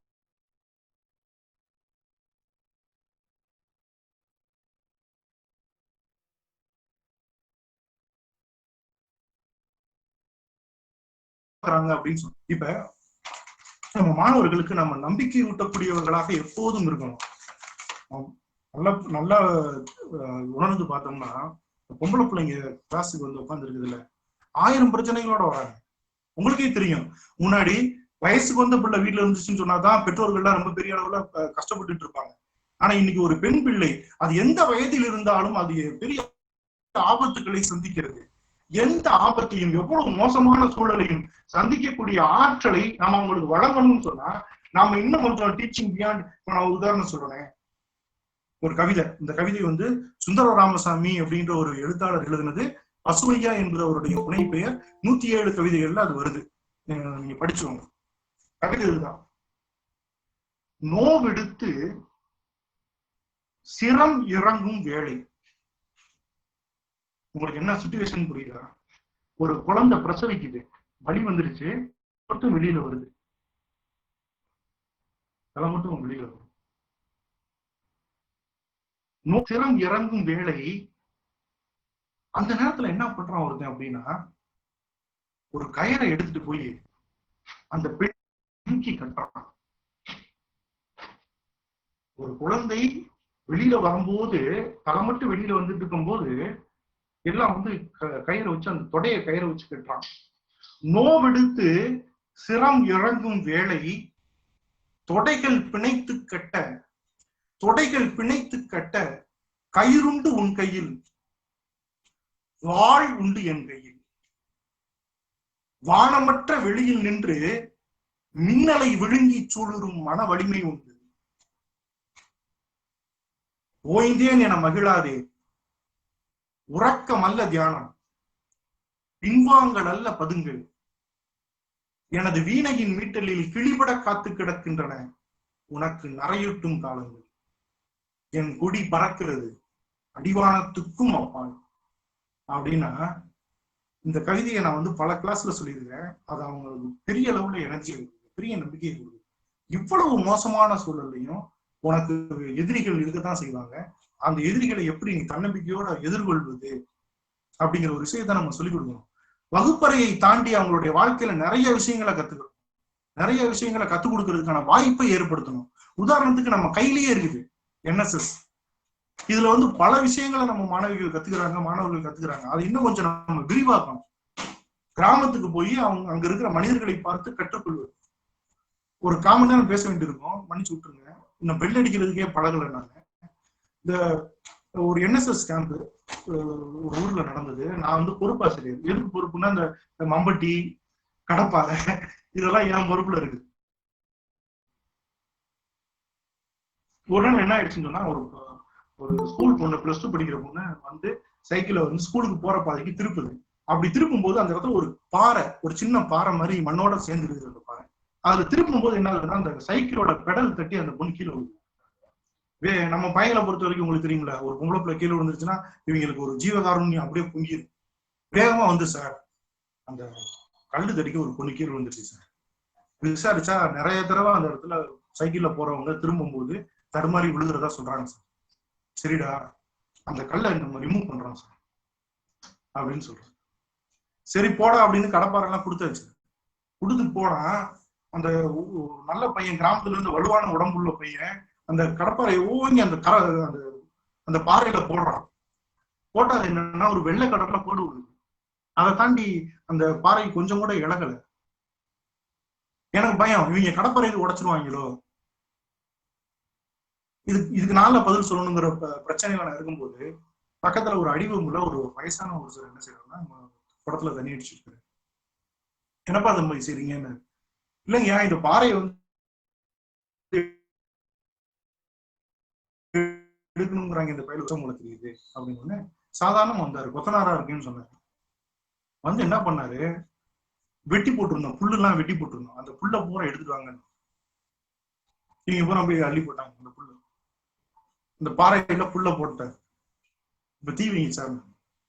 சரி, நான் தீ வச்சுட்டேன். தீ வச்சா அது நல்லா வேகமா கொழுந்து விட்டு எரியுது, ரொம்ப பிடிச்சு எரியுது. ஒரு அரை மணி நேரம் கிட்ட நல்லா எரியுது. எரிஞ்சுக்கிட்டு இருக்கு நல்லா. டக்குன்னு அவர் குடத்துல தண்ணி பிடிச்சி வச்சிருந்தாருல, அதை எடுத்து வந்து அந்த கரம்பாறையில ஊத்தி விட்டு நல்லா எரிஞ்சிட்டு இருக்கு, அதை தண்ணி ஊத்திட்டு. எனக்கு ஒண்ணுமே புரியல, என்ன பண்றாரு இவருன்றது தெரியல. கொஞ்ச நேரம் கழிச்சு அது உசுன்னு சத்தம் வந்து அப்படியே நின்று உடனே, ஏ தம்பி அப்படின்னு எடுத்துட்டு போய் நச்சுன்னு போறான். பாறை 2ஆ பிளந்துச்சு. இது வந்து அந்த கிராமத்துல உள்ளவர் சாதாரணமா செஞ்சு முடிச்சுட்டு போயிட்டாரு. அந்த பையன்கள் அதை பெருசா உணரல.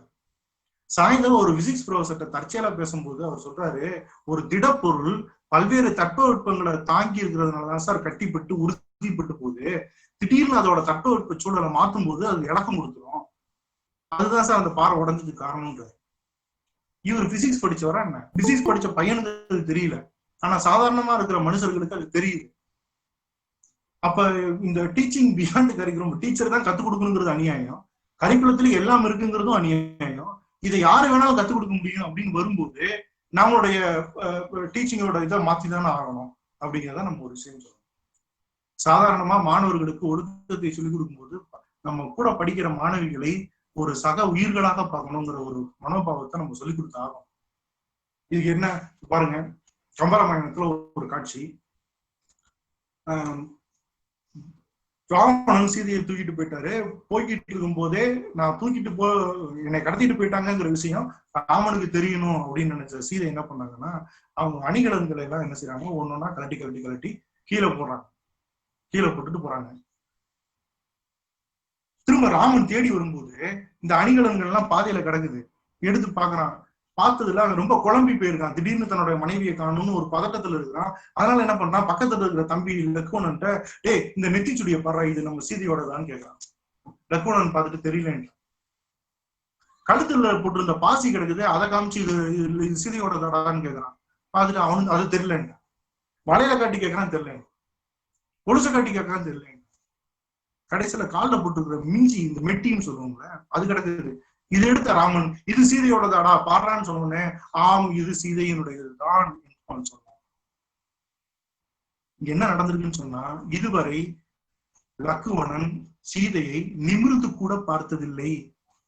அவ கால் பாதத்தை பார்த்துதான் அவள்கிட்ட பேசினா, அந்த கால் அதை வச்சுதான் அவ வந்து இவ்வளவு நாள் வாழ்ந்துட்டு இருந்தா. அப்படின்னா ஒரு பெண், அதுவும் தன்னோட அன்னையினுடைய மனைவி, அன்னைக்கு சமமான ஒரு பெண் தான், ஆனால் அவளை கூட நிமிர்ந்து பார்த்து பேசாமல் இருப்பதுதான் கற்பு. இவங்க ஒட்டுமொத்த கற்பையும் கொண்டு போய் பெண் பிள்ளைகளினுடைய தலையில கட்டிட்டாங்க. என்ன ஆகுது? இப்ப விவேகானந்தரோட வாழ்க்கையில உங்களுக்கு தெரிஞ்ச விஷயம் தாங்க. அதை வந்து சொல்லும் போது அந்த அந்த உணர்வு எப்படி போகுதுன்னு பாருங்க. விவேகானந்தர்கிட்ட அவருடைய அழகுலையும் அறிவுலையும் மயங்கின ஒரு அயல்நாட்டு பெண் என்ன செய்யறாங்கன்னா, தன்னுடைய காதலை வெளிப்படுத்துகிறார். நம்ம பயிலுன்னா போய் பார்த்து ஐ எம் லவ் யூ அப்படின்னு சொல்லி ஒரே வாரத்துல முடிச்சிருவான். ஆனா அந்த பொண்ணு கொஞ்சம் பிரில்லியண்டா தன்னுடைய காதலை சொல்லுகிறாள். என்ன சொல்றா அப்படின்னா, எனக்கு உங்களை போலவே அழகான குழந்தை பெற வேண்டும் என்று ஆசை இருக்கிறது. உங்களை மாதிரி குழந்தை பெற்றுக்கணும்னா உங்க மூலமாக நான் ஒரு குழந்தையை பெற வேண்டும் அப்படிங்கிறது என்னோட ஆசைன்னு அவர் வெளிப்படுத்துறார். இது விவேகானந்தர் என்ன பதில் சொன்னார் தெரியுங்களா? அதுதான் உங்களுடைய ஆசை என்றால் என்னையே உங்கள் குழந்தையாக ஏற்றுக்கொள்ளுங்கள் தாயே அப்படின்னு. என்னன்னா, மனைவியை தவிர மற்ற எல்லா பெண்களையும் தாயாக பார்ப்பதுதான் நம்முடைய பாரதத்தின் பண்பாடு.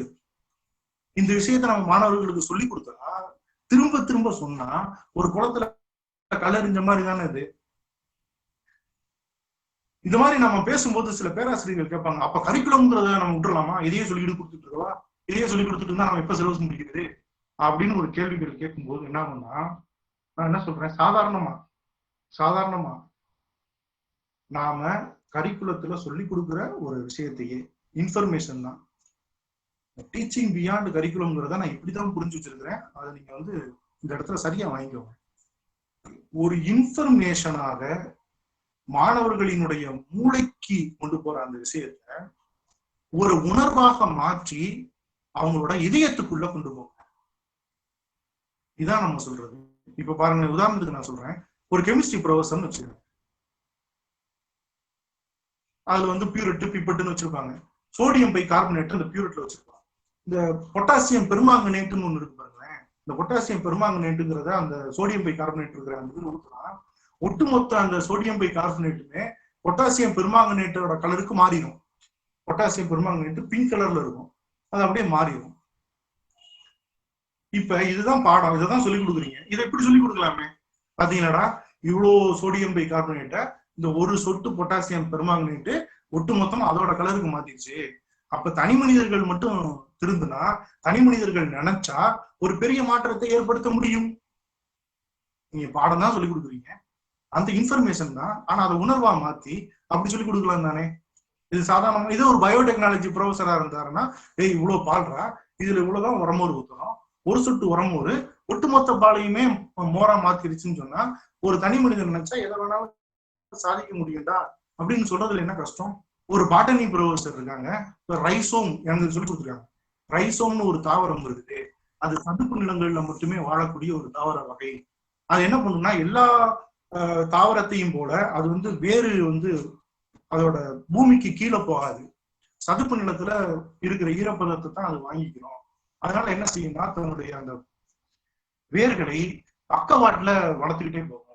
எங்க அதுக்கான அது வளர்வதற்கு தேவையான புலன்கள் சத்துக்கள் எல்லாம் அது எடுத்து அது வளரும். ரைசோம் என்பது தன்னுடைய வேர்களை பக்கவாட்டில் பரப்புகிறது அப்படிங்கிறத நீங்க சொல்லிக் கொடுக்க போறதா இருக்கட்டும். ஆனால் நாம வளர்வதற்கு எங்கெங்கெல்லாம் நல்ல விஷயங்கள் இருக்குதோ அதெல்லாம் நாம தேடி தேடி போய் எடுத்துக்கிறணும், எடுத்துக்கிட்டு வளரணும். எப்படி ரைசோம் சதுப்பு நிலங்கள்ல வளரும் போது பக்கவாட்டுகள்ல வேர்களை பரப்பி எங்க இருக்குது அதை எடுத்துக்கிறோம், அது மாதிரி நாமளும் எடுத்துக்கிறோம் அப்படின்னு சொல்றதுல என்ன கஷ்டம் வந்துட முடியும்? ஒரு பாட்டனி ப்ரொஃபஸரு ஒரு ட்ரெக்கிங் கூட்டிட்டு போறாரு. ட்ரெக்கிங் போகும்போது அவரோட வேலை என்ன? இயற்கையை காப்பாற்றணும், என்விரான்மெண்ட்டை பாதுகாத்துக்கணும், காடுகள் மலைகள்லாம் நிறைய அரிய ஜீவராசிகள்லாம் உயிர் வாழக்கூடிய இடம், இப்படிங்கிறதெல்லாம் அந்த உணர்வு ஏற்படுத்தும். சுற்றுச்சூழலை பாதுகாக்கணுங்கிற உணர்வு ஏற்படுத்தணும்னா நேச்சர்கள் வச்சிருக்காங்க. கரிக்குலம் அதான் சொல்லுது. கூட வர்றவர் என்ன பண்றாரு, நடந்து போயிட்டு இருக்கும்போதே அவர் சொல்றாரு, நீங்க நல்லா பாருங்கடா, மலையில ஏறும்போது குனிஞ்சு குனிஞ்சு ஏறுறீங்க, திரும்ப நம்ம வரும்போது நிமிர்ந்து இருந்திருக்கோம், இறங்கிருக்கோம். இறங்கும் போது நம்ம நிமிர்ந்து இருக்கிறோம், ஏறும்போது குனிஞ்சிருக்கிறோம். அப்ப வாழ்க்கையில நீங்க பெரிய இடத்துக்கு போகணும், உயரமான இடத்துக்கு போகணும்னா நீங்க பணிவாக இருக்க வேண்டும். பணிவா இருந்தீங்கன்னா முன்னேறிக்கிட்டே இருக்கலாம். இல்ல நான் பணிவா இருக்க முடியாது, நான் நிமித்து தான் நிப்பேன்னு சொன்னா நீங்க கீழே இறங்கிடுவீங்க. இதுக்கு ஏதாவது கஷ்டம் இருக்குதா? இதுக்கு தனியா ஏதாவது கோர்ஸ் நம்ம படிக்க வேண்டியது இருக்குதா? நம்மளுடைய நோக்கம் என்பது இது சரியானதாக இருந்துட்டா அதுவே போதுமே. தமிழ்ல இருக்கிற நிறைய கவிதைகளையும் சில செய்திகளையும் எல்லா பேராசிரியர்களும் தெரிந்து வைத்திருக்க வேண்டும். அது ஒழுக்கம், வேல்யூ எஜுகேஷன், இது எல்லாமே தமிழ் வாத்தியார்கள் தொடர்புடைய விஷயம் நம்ம நினைச்சுக்கிறாங்க. அது இருக்கிற விஷயங்கள் எல்லாத்தையுமே நம்ம என்ன பண்ணணும்னா தெரிஞ்சு வச்சுக்கிட்டு போற போக்குல சொல்ல முடியும். உதாரணத்துக்கு நான் சொல்றேன், ஒரே முடிக்கிறேன் நான். அதாவது சிபி சக்கரவர்த்தின்னு ஒருத்தர் இருந்தாரு. அவருக்கு புறாவுக்கு பசிச்சுங்கிறது தெரிஞ்ச உடனே தன்னுடைய சதையவே வெட்டி போட்டார். இப்படி ஒரு கதை இருக்கு. அதோட இன்னொன்னு பாத்தீங்கன்னா, பேகன்னு ஒருத்தர் இருந்தாரு. அவர் மயிலுக்கு குளிரும் அப்படின்றதுக்காக அவர் போத்திருந்த போர்வை எடுத்து மயிலுக்கு போட்டு விட்டாரு. இதெல்லாம் நம்ம தமிழ் இலக்கியத்துல இருக்கிற விஷயம். இது பகுத்தறிவுக்கு ஒவ்வாதான்றது கேள்வி இல்லை. முதல்ல ஒரு கேள்வி நம்மளே கேட்டு பார்ப்போமே, மயிலுக்கு முதல்ல குளிருமா? ஒரு கேள்வி, மயிலுக்கு முதல்ல குளிருமா? நிச்சயமாக தட்பவெப்பத்துக்கு தகுந்த மாதிரி எல்லா உயிர்களும் தன்னை தகவமைத்துக் கொள்வதுங்கிறதா டார்வின் தியரி. உதாரணத்துக்கு ஊட்டியில வளர்கின்ற செம்பரி ஆடுகள்லாம் என்ன செய்யுதுன்னா அதோட ரோமத்தை அதிகமா வளர்த்து வைத்துக் கொள்ளுது.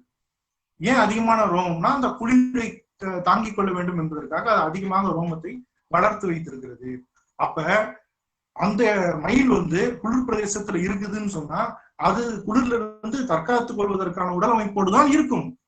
இதுக்கு போர்வை பத்தி விடுறதுல என்ன இருக்குது? அப்படியே போர்வை பத்தி விட்டாலும் இது போர்வை, இதை பத்திரமா வச்சுக்கணுங்கிற என்ன மயிலுக்கு வருமா என்ன? அது வரப்போறது கிடையாது. ஆனா இங்க விஷயம் என்னன்றதை மட்டும்தான் நீங்க புரிஞ்சுக்கணும். இதுதான் இந்த உலகத்துக்கு உறக்க சொல்லணும், நம்ம மாணவர்கள் எல்லாத்துக்கும் சொல்லணும். விஷயம் என்னன்னா, புறா எனக்கு பசிக்கிறது, புறாவுக்கும் பசிக்கும். எனக்கு குளிருது, அப்ப மயிலுக்கும் குளிரும்.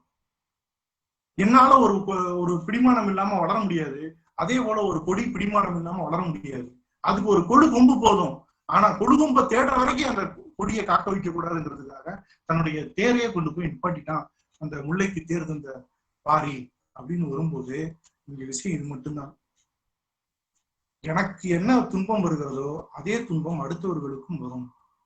அறிவினுடைய பயன் என்ன என்று திருவள்ளுவர் சொல்லும் போது, அறிவினால் ஆகுவதுன்றோ பிரிதின் நோய் தன்னோய் போல் போற்றாக்கடை அப்படின்னு. அடுத்தவங்களுக்கு வர்ற துன்பத்தை தன்னுடைய துன்பமாக எண்ணி இருக்கிறவர்கள் மட்டும்தான் இந்த சமூகத்தில் வாழ தகுதியானவர்கள். இந்த மனிதநேய பண்பு தான் இந்த சமூகத்துல நம்ம இணங்கி வாழ்வதற்கு உதவி செய்யும். அப்ப இந்த மாதிரியான விஷயங்களை எல்லாம் ரொம்ப சாதாரணமா போற போக்குல இதை நம்ம வலியுறுத்தி சொல்ல வேண்டியது இருக்கிறது. நான் என்னோட பழக்கம் என்னன்றதை நீங்க புரிஞ்சுக்கணும். எந்த காலத்துலயும் எனக்கு இந்த லைப்ரரினஸ் தான் முக்கியமே தவிர மற்ற எதை பத்தி நான் எந்த ப்ரிப்பரேஷன் கிடையாது. கையில பேப்பர் எதுவும் வச்சுக்கல. என்னுடைய உள்ளத்துல என்ன தோன்றுகிறதோ அதை நான் நீங்க எல்லாம் நம்ம பேராசிரியர் பெருமக்கள் தானே அப்படிங்கிற அந்த முயற்சி நம்ம பகிர்ந்துருக்கோம். நான் யாருக்கு அட்வைஸ் பண்ணல, எனக்கு தெரிஞ்சது எல்லாத்தையும் சொல்லல, என் அறிவை காட்டல, எதுவுமே செய்யல. டீச்சிங் பியாண்ட் கரிக்குலம் என்பது காலத்தின் தேவை, அது அவசியம். அதுதான் நம்மளுடைய பணியை நிறைவு செய்வதற்கான ஒரு இடம். இதை செய்யறதுதான் கஷ்டம், இதை செய்யறதுதான் நமக்கு காலம் நமக்கு கையளித்து இருக்கிற கடமை. இதை செஞ்சே தீர வேண்டிய கட்டாயத்துல நம்ம இருக்கிறோம். இதை நம்ம சிறப்பா செய்யணும் அப்படிங்கிறதுக்கு ஒரு ஒரு ஒரு தொடக்க புள்ளியாக அதுல ஒரு சின்ன சின்ன விஷயங்களை அவங்களோட பகிர்ந்து கொள்வதற்கு நான் இந்த வாய்ப்பை பயன்படுத்தி கொண்டேன். இதை நீங்க நிறைய யோசிக்கலாம். ஐயா, அறிவு, ஆற்றல், அனுபவம் எல்லாத்துலயும் சிறந்தவர்கள் தான் நம்ம பேராசிரியர்களா இருக்கணும்.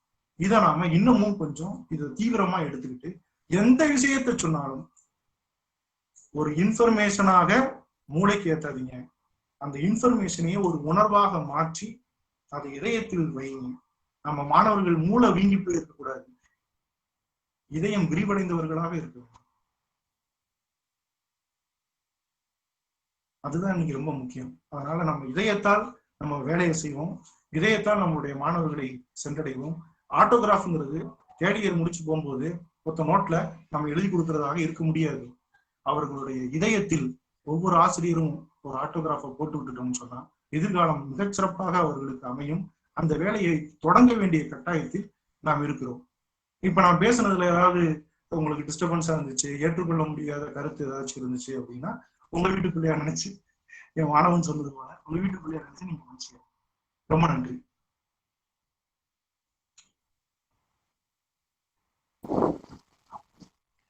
Now the forum is open. You can ask any questions to Karamurugan. யாராச்சும் கேக்குறதுன்னா கேளுங்க.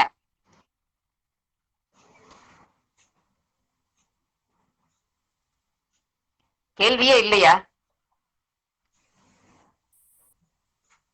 Okay. I call Dr. Nirmala to propose vote of thanks.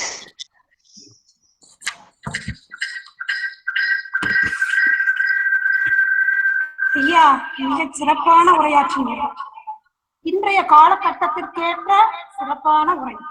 தமிழின் மேன்மையினையும் தமிழாசிரியர்களின் சிறப்பினையும் நம் தமிழர்களின் ஒழுக்க கட்டுப்பாட்டுகளையும் மாணவர்களுக்கும் ஆசிரியர்களுக்குமான உறவு முறைகளையும் ஐம்புலன்களையும் செயல்பாடுகளையும் அதனை கட்டுப்படுத்தும் முறையினையும் விளக்கி கூறினீர்கள். ஏன், எதற்கு, எதனால் என்ற கேள்வியை எழுப்பி அறிந்து கொள்ளும் திறனை மாணவர்களுக்கு ஏற்படுத்த வேண்டும் என்றும் தேசிய கல்வி முறையை அறிமுகப்படுத்துவதின் அவசியத்தையும் எடுத்துக் கூறினீர்கள். தொழில்நுட்ப கருவிகளின் நன்மைகளையும் தீமைகளையும் சரியான முறையில் எடுத்துக் கூறினீர்கள். தமிழ் ஆசிரியர்களுக்கு